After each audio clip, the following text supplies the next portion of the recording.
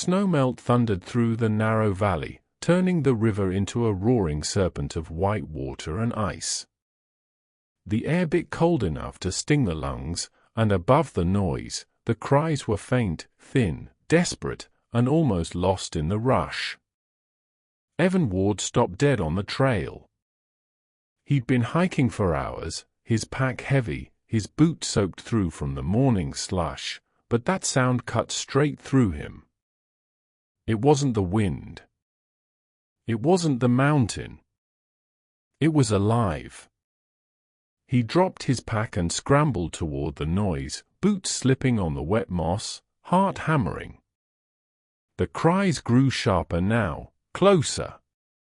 When he reached the bank, he saw them, 3 small shapes clinging to a fallen branch in the middle of the river. Wolf pups. Their tiny claws scrabbled helplessly against the bark as the current pulled them toward the rapids ahead. God, Evan breathed. Without thinking, he waded in. The water punched him with cold so violent it stole his breath. He stumbled, fought for footing, and pushed forward inch by inch. The pup's eyes were wide, reflecting terror and confusion. One slipped loose, vanishing under the current. Evan lunged, diving into the icy water. His hands caught fur, slippery, trembling, and he hauled the pup against his chest. "Hang on, little one," he gasped through chattering teeth. By the time he reached the branch, his legs were numb. He gathered the remaining 2 pups, tucking all 3 inside his jacket, their tiny bodies pressed against his chest for warmth. Then came the fight back. Every step felt heavier, the current pulling like a living thing. When he finally collapsed onto the bank, coughing up river water, the pups whimpered softly. All alive. He lay there for a long moment, staring at the cloudy sky, his breath turning to mist. His body shook uncontrollably, but inside his jacket, he felt movement, the faint, rhythmic rise and fall of 3 fragile chests. They'd made it. Evan built a small fire in a hollow under a leaning cedar, stripping off his soaked clothes and wrapping the pups in his shirt near the flames. One by one, they stopped shivering. Their fur began to dry and fluff again. He watched them sleep, their tiny bellies rising and falling, their soft whimpers melting into the crackle of firewood.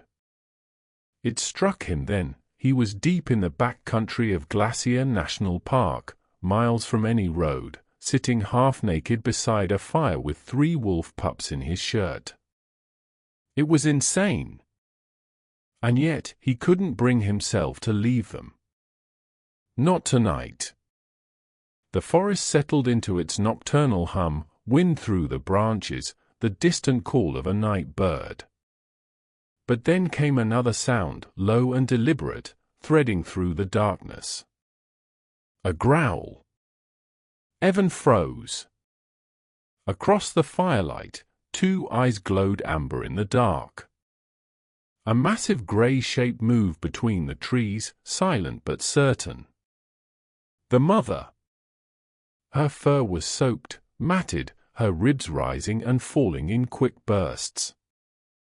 She was close enough that Evan could smell the wet earth on her.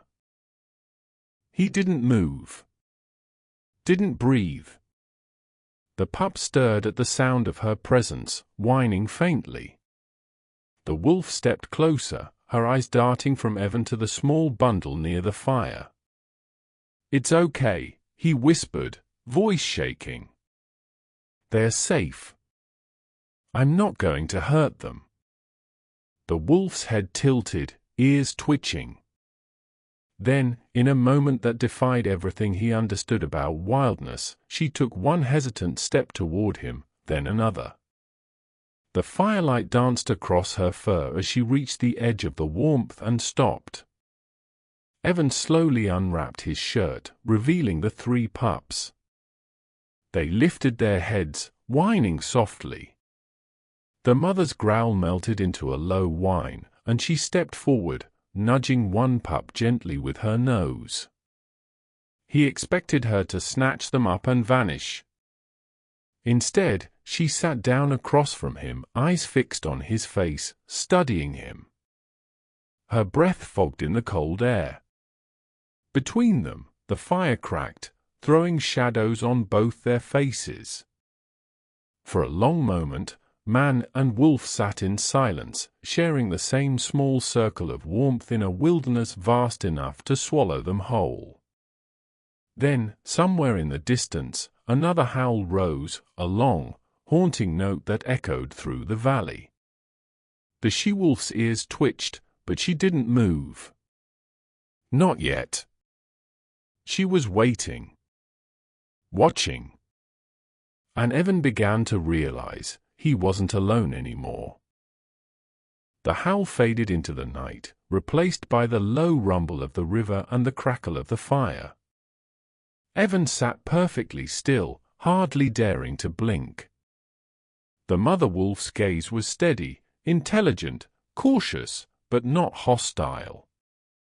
Steam rose from her fur in thin tendrils as she dried in the fire's warmth. The pups squeaked and wriggled toward her, and she bent down to lick their heads, one by one. Then her eyes returned to him. "I guess you're wondering why I'm still here," he murmured. His voice sounded small in the dark. The wolf didn't flinch, didn't retreat. She only tilted her head, the faintest glimmer of trust flickering in her eyes, or maybe it was curiosity.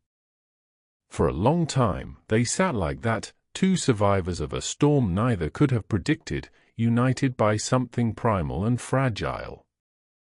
When dawn came, the fire had burned to embers. Frost glazed the grass, and mist coiled low along the river. Evan woke to find the wolves gone, no prints in the frost, no sound in the trees. Only the faint scent of them lingered in the cold air. He sat up slowly, stretching his aching limbs. It should have felt like a dream, but the torn shirt beside him, crusted with mud and fur, told him it wasn't. He packed up his gear, slung his rifle over his shoulder, and began the trek back toward the main trail. His muscles screamed with every step, but his mind was elsewhere, on the eyes that had looked into his the night before. He couldn't shake the feeling that he'd crossed some invisible boundary, one that separated the world of men from the wild. By mid-morning, clouds rolled over the peaks again, turning the light flat and gray. He reached a clearing ringed by pines when a sharp bark echoed through the trees. Evan froze. A shadow moved near the ridge, a flash of silver fur between trunks. Then another. And another. 3 adult wolves stood there, watching him from the edge of the trees. Not aggressive, not hiding, just watching. Evan raised a hand slowly, instinctively. "Easy," he whispered. From behind them, the mother emerged. Her pups, his pups, he thought before catching himself, tumbled through the snow after her, bigger now, stronger, though only a day had passed. She padded forward until she stood maybe 30 feet away. The others hung back, silent, their golden eyes reflecting the weak daylight. Evan didn't move. The mother's breath puffed white in the air. Then she did something that froze him to the core. She sat down and gave a low, guttural sound, almost a rumble, deep in her chest. Not a growl. Something else. A call. The others answered. He didn't understand it, not really, but he felt it. A rhythm, a cadence, a language older than words. Then, as if satisfied, the mother rose, turned, and trotted a few steps before glancing back at him. Waiting. "You can't be serious," he said under his breath. But she was. She gave a short huff, then padded away, looking back once more as if to say, "Come." He followed.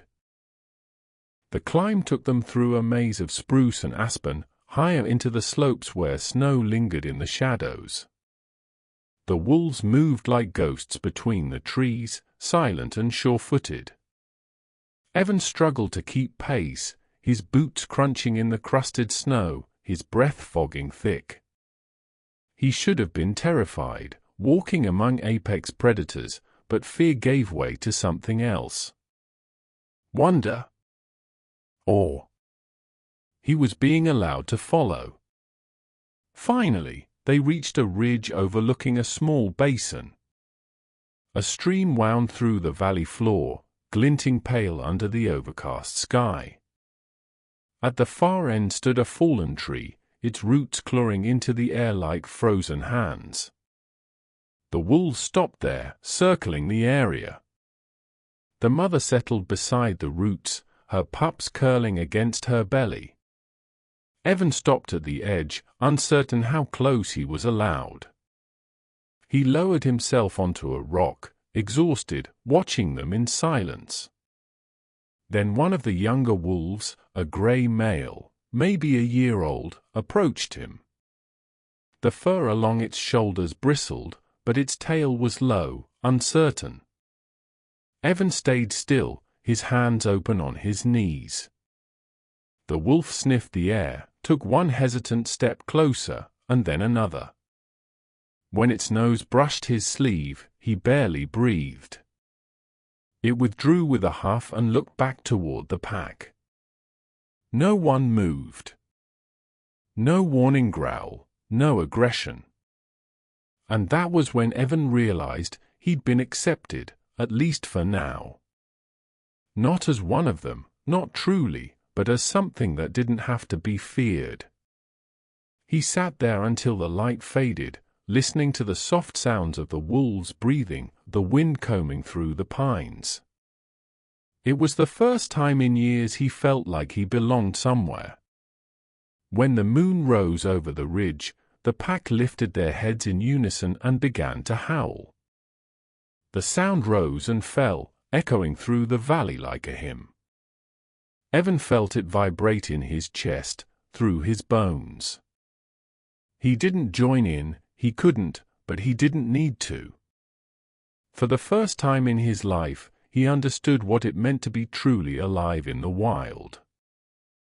The sound of the howling lingered long after it stopped, woven into the wind like a secret the mountains would never give back. Evan sat there, stunned by the raw beauty of it, the unity, the purpose, the grief and pride bound up in every note.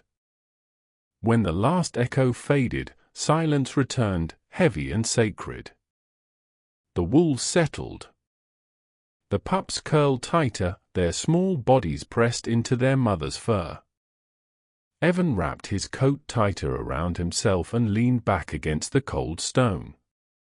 Above him, stars began to emerge through thin veils of cloud, their light pale and distant. The fire he'd built earlier had died to ash, he didn't dare rebuild it now. He wasn't cold anymore. Something deeper kept him warm, a pulse that matched the rhythm of the wild around him. He must have drifted off, because when he opened his eyes, dawn was spilling across the ridge. Frost shimmered on the grass, and the pack was already moving. The mother wolf, the one he'd come to think of simply as the gray, stood watching him. When their eyes met, she flicked her tail once, then turned and padded down the slope. The rest followed. Evan sat there, breath fogging, torn between following and staying. A week ago, he would have gone home without a second thought. Now, home felt like the strangest word in the world. He hesitated only a moment before slinging his pack and heading after them. They led him higher into the back country, where the air thinned and the trees grew sparse. He kept his distance but didn't lose sight of them. They moved like water through the landscape, graceful, purposeful. Once, the grey paused beside a stream, her reflection rippling beside his own. Their eyes met again, and he thought he saw something that could almost be recognition. A silent acknowledgement that his place here, temporary or not, had been granted. That night, as the sun dipped behind the peaks, Evan made camp near a rocky outcrop overlooking the valley. He cooked a small portion of beans and jerky over a discreet fire. The smell must have carried, because soon two pairs of glowing eyes appeared just beyond the circle of light. He didn't reach for his rifle. He didn't speak. He simply tore a piece of jerky in half and laid it on the ground beside him. One of the wolves, young, nervous, stepped forward, grabbed it, and vanished into the dark. A rustle followed, then quiet chewing. Evan chuckled softly. "You're welcome," he whispered. Later, when he stretched out on his bedroll, he heard soft footsteps again, this time closer. He turned his head to see the grey lying not far off, her pups nestled between them. She wasn't sleeping. Neither was he. They just existed together under the starlit sky, the barrier between species thinning to something nearly invisible. Days blurred into one another. Evan followed the pack's movements through valleys and ridges, learning their rhythms. He watched them hunt, how they coordinated silently, each one reading the other's intent with a glance or a gesture. He saw how they raised their pups, how discipline and affection were delivered in equal measure. He wasn't part of it, not really, but they didn't drive him away either. At night, when the cold grew sharp enough to bite through his jacket, the grey would sometimes rest near his campfire, eyes half closed, always alert. It became their routine, their unspoken agreement. But wilderness doesn't allow peace forever. One morning, as the sun crawled over the ridgeline, Evan woke to the sound of snarls echoing through the basin. The pack was in motion, circling, growling, defending something. He grabbed his rifle and sprinted toward the noise. When he reached them, his blood ran cold. Another pack, larger, darker, had crossed into their territory. Wolves clashed in a blur of teeth and fur. The air filled with the sound of yelps, snapping jaws, and the raw violence of survival. The grey stood between her pups and the intruders, her body low, snarling. Evan didn't think, he acted. He fired a shot into the air. The sound cracked like thunder. The intruders scattered into the trees, startled by the explosion. Silence fell almost instantly, broken only by the panting of the wolves that remained. Evan lowered the rifle slowly. The pack turned toward him, their eyes wide with confusion, with instinctive alarm. He expected them to flee or to attack. Instead, the grey stepped forward, blood streaked across her shoulder but her eyes calm, steady. She closed the space between them until she was an arm's length away, and then she did something that took his breath away. She pressed her muzzle briefly against his hand. Just once. A gesture fleeting as breath. Then she turned and limped back toward her pups. Evan stood there, trembling, the smell of gunpowder and pine thick in the air. He looked down at his hand, where her warmth had touched his skin, and for the first time, he understood, this wasn't chance anymore. Somewhere along the way, he had stopped being an intruder. He'd become part of the story written in the snow and the wind, a name whispered in the language of wolves. The basin was quiet again, but the silence was different now, thicker, charged with something neither man nor wolf could fully understand. Evan crouched beside the grey, who had lain down near her pups. A shallow gash traced along her shoulder, red against the silver of her coat. He rummaged through his pack and pulled out a small first aid kit, hesitating. She watched him carefully, her breath steady, her eyes following his every move. "It's all right," he said softly. "I just want to help." Slowly, he approached. She didn't flinch when he dabbed antiseptic on a cloth and pressed it to the wound. The scent made her wrinkle her nose, but she didn't growl or pull away. He worked quickly, wrapping a strip of gauze around her shoulder, careful not to tighten it too much. The pups watched from a few feet away, their wide eyes flicking between him and their mother. When he finished, the grey sniffed his hand once more, then licked it, one short, deliberate gesture. "Guess that means thank you," he murmured. He stayed with them all that day. The other wolves kept their distance but didn't drive him off. They seemed to accept that he belonged, if only temporarily. He hunted when they hunted, rested when they rested. He noticed how they moved in perfect synchronization, no words needed. He'd spent most of his life feeling out of rhythm with everything, people, jobs, cities, but out here, in the vast wilderness where nothing was guaranteed, he felt aligned for the first time. A few days passed before he realized how far they'd led him from the trails. The peaks looked unfamiliar now, their silhouettes harsher, the valleys deeper. Civilization felt like a memory. It should have scared him, but it didn't. Out here, the air tasted purer.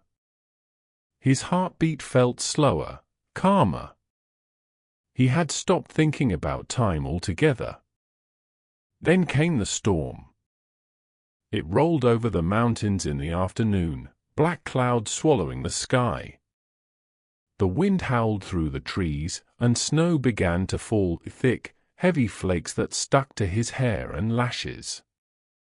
The wolves moved with urgency, guiding the pups toward a rocky overhang near a cluster of firs. Evan followed, shielding his face from the wind. The pack gathered close beneath the ledge as the storm broke in full force, snow slashing sideways like shards of glass. Hours passed. The world outside vanished into white. Evan shivered violently, his jacket crusted with frost. The grey nudged closer to him, her body radiating heat. He hesitated only a moment before leaning in, grateful for the warmth. The pups burrowed between them, their small bodies trembling. The others formed a loose circle around the den entrance, sentinels against the storm. They endured it together. When the blizzard finally began to die, the world outside was transformed. A smooth, unbroken sea of white stretched in every direction. The pack emerged cautiously, sniffing the air. Evan stepped out behind them, blinking against the glare of sunlight on snow. The sky was clear now, impossibly blue, the kind of blue that seemed to stretch into eternity. The grey limped slightly from her wound but kept her head high. The pups bounded ahead, chasing the shadows their own bodies made. Evan watched, smiling faintly. "You're tougher than I'll ever be," he said to her. She glanced at him, ears twitching, and gave a low chuff that almost sounded like agreement. That night, as darkness crept across the snowfields, Evan made a small fire at the edge of their camp. The wolves rested nearby, forming a ring of grey and white shapes in the moonlight. He stared into the flames, his thoughts drifting to the life he'd left behind, the job that had drained him, the small apartment that had felt more like a cage. He'd come out here searching for silence, but he'd found something deeper, a belonging he hadn't known he was missing. The sound of soft footsteps pulled him from his thoughts. The grey was standing beside him again, her golden eyes reflecting the firelight. She studied him for a moment before lowering herself to the ground, resting her head on her paws. Her pups joined her, curling between them like living embers. Evan felt something inside him shift, a quiet understanding that this would not last forever, but that it didn't have to. Some moments weren't meant to be permanent, they were meant to change you. He looked up at the stars. The wind whispered through the pines. Somewhere a lone wolf howled, and then others joined, their voices rising together in a song that seemed to hold the entire wilderness inside it. And this time, without thinking, Evan tilted his head back and answered. His voice wasn't perfect, wasn't strong, but it joined theirs all the same, raw and human and free. For a brief, impossible moment, he wasn't apart from the world. He was part of it. The sound carried through the valley, rising and falling with the rhythm of the wind. Evan's voice cracked midway through, swallowed by the chorus around him, but it didn't matter. The wolf's song took his voice and folded it into theirs, weaving it into something ancient and infinite. The howl rolled over the ridges, echoed through the trees, and spilled into the night sky like a prayer too wild for words. When the last note faded, the world fell silent. The stars above seemed brighter, impossibly sharp, as if the heavens themselves had been listening. The grey rose and walked to him, her movement slow and deliberate. She stopped just in front of him, so close he could feel her breath against his face. Then, with a soft, almost tender motion, she pressed her forehead to his. Her fur was coarse and warm, her heartbeat steady. He closed his eyes. No fear. No separation. Just connection with the simplest, purest kind. When she stepped back, something passed between them. A farewell, unspoken but undeniable. Evan knew it before his mind could name it. Their paths, which had run together for this brief, miraculous time, were beginning to diverge. By morning, the pack was on the move again. The grey led them down through the valley, her pups bounding beside her, their energy boundless. The younger wolves followed in a loose line, their paws cutting clean prints into the untouched snow. Evan stood at the edge of camp, watching. He didn't call out. He didn't try to follow. He just watched. The grey paused halfway down the slope and looked back. The sunlight caught her fur, turning it silver gold. For a moment, their eyes met one final time. Then she threw back her head and howled, a single, piercing note that echoed off the peaks and through the trees. It wasn't a warning or a call for help. It was something else. A goodbye. Evan smiled through the sting in his chest. Go on, he whispered. You're home now. And then she was gone, swallowed by the forest, her shape blending into the motion of the wild. The sound of her howl lingered long after, threading itself into the rhythm of the river below. For hours, he didn't move.